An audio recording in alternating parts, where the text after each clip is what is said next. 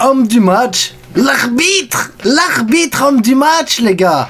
Aujourd'hui, c'est le Real Madrid, quand le basque du Barça. Si aujourd'hui le Real Madrid est en capacité de battre n'importe quel adversaire, si le Real Madrid, en pleine souffrance, dans l'agonie totale, avec zéro fond de jeu, avec dans les jours mal, mais mal, si aujourd'hui le Real, malgré tout ça, s'en sort encore bien, et même très bien dans cette Liga, franchement, il faut applaudir l'arbitre, les gars. Alors, applaudissons le référé, avant de parler un peu football. Allez, on applaudit, on applaudit, on applaudit.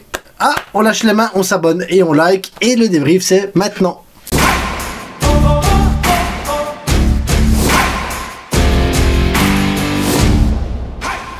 Le Real Madrid, les gars, le Real Madrid, le grand Real Madrid, aujourd'hui, a réussi à battre l'immense Leganés, 18e de Liga. Leganés, compliqué au Bernabéu, très compliqué, les gars, de jouer Leganés, parce que Leganés, c'est une équipe qui met en difficulté toutes les grosses équipes. Leganés, c'est une équipe qui joue au football, qui tente sa chance, qui essaye, qui défend, qui essaye de jouer au football, et qui se procure quand même des occasions, et qui arrive à mettre des buts. Leganés, aujourd'hui, met deux buts vraiment bien, deux beaux buts. Clairement, deux beaux buts, qui méritent qu'on en parle 2 secondes, parce que, il y a le raté de Brahim Diaz qui déstabilise toute la défense du Real, qui, à ce moment-là, Leganés peut partir sur un contre rapide, qui met dans le vent tout le monde, et après la petite passe en retrait, le but, franchement, c'était magnifique, magnifique, magnifique. Leganés, aujourd'hui, méritait clairement sa victoire, soyons clairs. Même si le Real Madrid a eu énormément d'occasions, énormément de possibilités, que ce soit par Modric, Bellingham, que ce soit par Mbappé, voilà, tous ont mis leur grain de sel, tous ont été, et voilà, il y a les occasions. Ils ont mis les occasions. Maintenant, ils ont mis les occasions, mais ils ont mis les buts dans des phases compliquées, les gars, très compliquées. Le penalty. S'il y en a un en commentaire qui me dit oui, il y a penalty, mets-moi en commentaire pourquoi il y a penalty, parce que je comprends pas. Moi, je cherche encore. Il y a penalty? Il y a penalty? Où il y a penalty? Parce que s'il y a penalty là, à la 94e minute, il y a penalty aussi, les gars. Il y a penalty pour les Leganés à la 94e minute. Il y a penalty. Et peut-être 3-3. Parce que léger comme c'est léger, de l'autre côté, c'était léger, très léger aussi. 2 poids, 2 mesures, j'ai envie de vous dire. 2 poids, 2 mesures. Bellingham, il lâche une grosse frappe, il suit l'action, il va mettre son but, voilà, le but, il sent le but, il flaire le but, il a cette odeur du but, Bellingham, très franchement, c'est impressionnant. Mais Camavinga qui tient le gardien pour l'éviter d'aller chercher le ballon.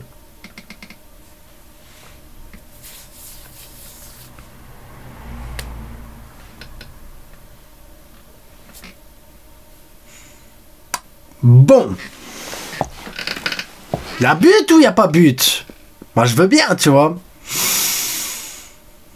Mbappé, voilà, Mbappé a mis un coup franc, les gars. Mbappé a mis un coup franc en 2 temps, mais il a mis un coup franc, les gars. Et Mbappé, aujourd'hui, l'un des meilleurs joueurs du monde, rejoint enfin Ferran Torres sur le nombre de coups francs mis en carrière. C'est pas mal du tout. Rejoindre Ferran Torres, c'était pas évident, les gars.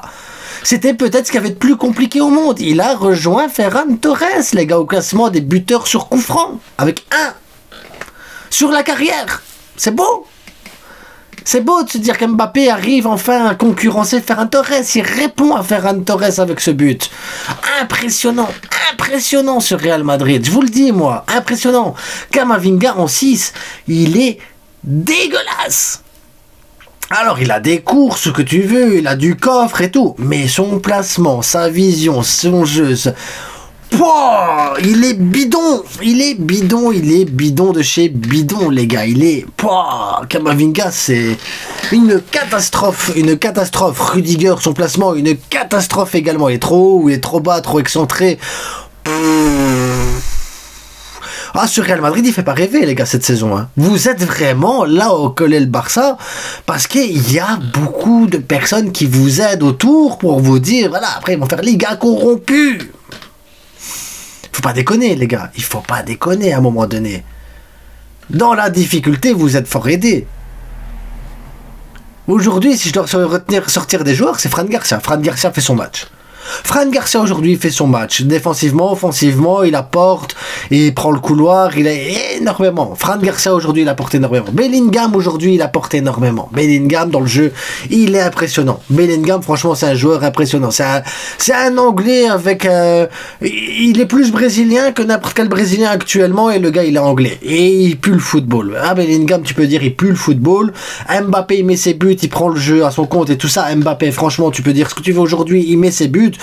Que tu veuilles ou non, l'arbitre qui t'aide ou pas, il faut mettre les buts, il faut mettre les pénaltys, la panenka, le coup franc, même le jeu, même l'apport qu'il y a dans le jeu. Mbappé est très très bon aujourd'hui. Vinicius, son entrée, c'est simple. Tu montes l'entrée de Vinicius aujourd'hui, ah ben tu montes ça à toutes les écoles de jeunes et tu leur dis maintenant si tu veux faire une bonne entrée, tu fais l'inverse. Tu veux faire une bonne entrée, tu fais l'inverse. Tout l'inverse de ce que Vinicius a fait aujourd'hui. Et là, tu seras vraiment le meilleur joueur du monde parce que c'est exactement ça qu'il faut faire. Et il a pris toutes les mauvaises décisions, il a fait tous les mauvais choix, il a fait tout ce qu'il fallait pas. Vinicius, aujourd'hui, catastrophique. Catastrophique. Lucas Vazquez, défensivement, aujourd'hui, il était à la ramasse. Parce que si les Leganés a pu passer plein de fois, c'est parce que Vazquez, défensivement, c'était cataclysmique. Heureusement que Valverde rentre après, il apporte un surplus offensif, un surplus défensif, et il y a un coffre derrière et quelque chose qui te sécurise. Valverde, le meilleur défenseur droit du Real Madrid. Valverde, le meilleur défenseur, le meilleur milieu défensif du Real Madrid. Valverde, le meilleur 8 du Real Madrid. Valverde est peut-être le meilleur ailier du Real Madrid. Valverde, c'est une dinguerie. Il devrait pas être tout ça à la fois, tu vois. Et c'est affolant. Le Real Madrid, en fait, c'est affolant. Alors, heureusement, ils vont chercher du Trent Arnold, peut-être Dinaison, peut-être d'autres joueurs, je sais plus ce qu'ils ont dans leur liste et tout ça, Zubimendi, mais ils en ont besoin. Ils en ont besoin, ce Real Madrid. Milieu défensif, il n'y a personne pour couvrir, pour créer, pour distribuer, pour gérer, donner un tempo. Il n'y a personne. Bellingham, pareil. Je dis Valverde, mais Bellingham, c'est la même chose. Il doit faire les passes, il doit faire les buts, il doit faire les décisifs, il doit faire le repli défensif, il doit faire la création, il doit couvrir, il doit défendre. Les gars, c'est pas normal. Le Real Madrid, si on oublie l'histoire des arbitres, le Real Madrid, il tient sur 2-3 joueurs. 2-3 joueurs. Ce Real Madrid-là est cataclysmique. Il n'y a aucun fond de jeu, les gars. Défensivement, il y a Asensio. J'ai vu Asensio en première mi-temps expliquer aux défenses qu'il faut monter, qu'il faut descendre, qu'il faut couvrir. C'est lui. Le gars, il est arrivé il y a 6 mois et c'est lui qui doit diriger la défense et donner ses consignes. Qui va, c'est pas normal. C'est comme si aujourd'hui je te dis qu'Oubarsi doit expliquer à Inigo comment on joue au foot. Pourquoi?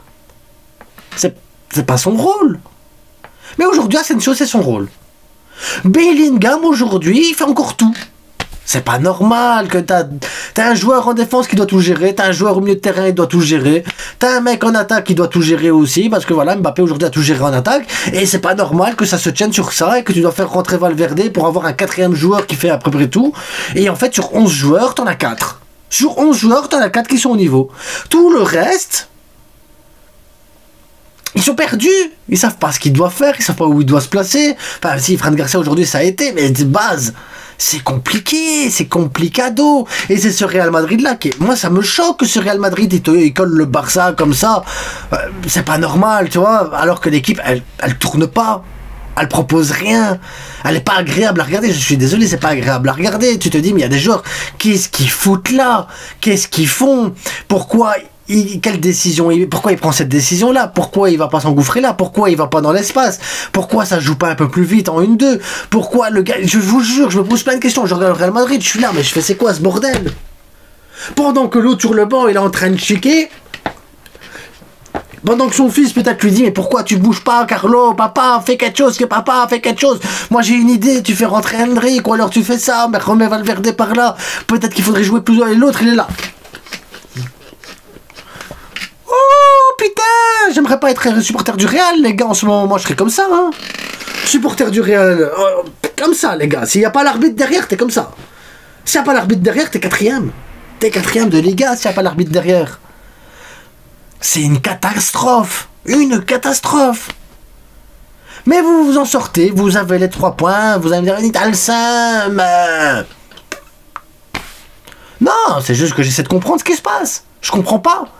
S'il y a un Madrilène qui est encore là dans la vidéo, d'ailleurs, si vous êtes encore là dans la vidéo, vous avez réussi à supporter cette vidéo jusque-là en tant que Madrilène, déjà, félicitations à vous. Parce que je pense qu'il y en a beaucoup qui auraient déjà quitté et devenir fou. Mais si vous êtes là encore à la vidéo, les gars, mettez-moi en commentaire. Qu'est-ce qui se passe avec ce Real? Quel est le problème avec ce Real? Est-ce qu'il n'y a que moi qui vois ça?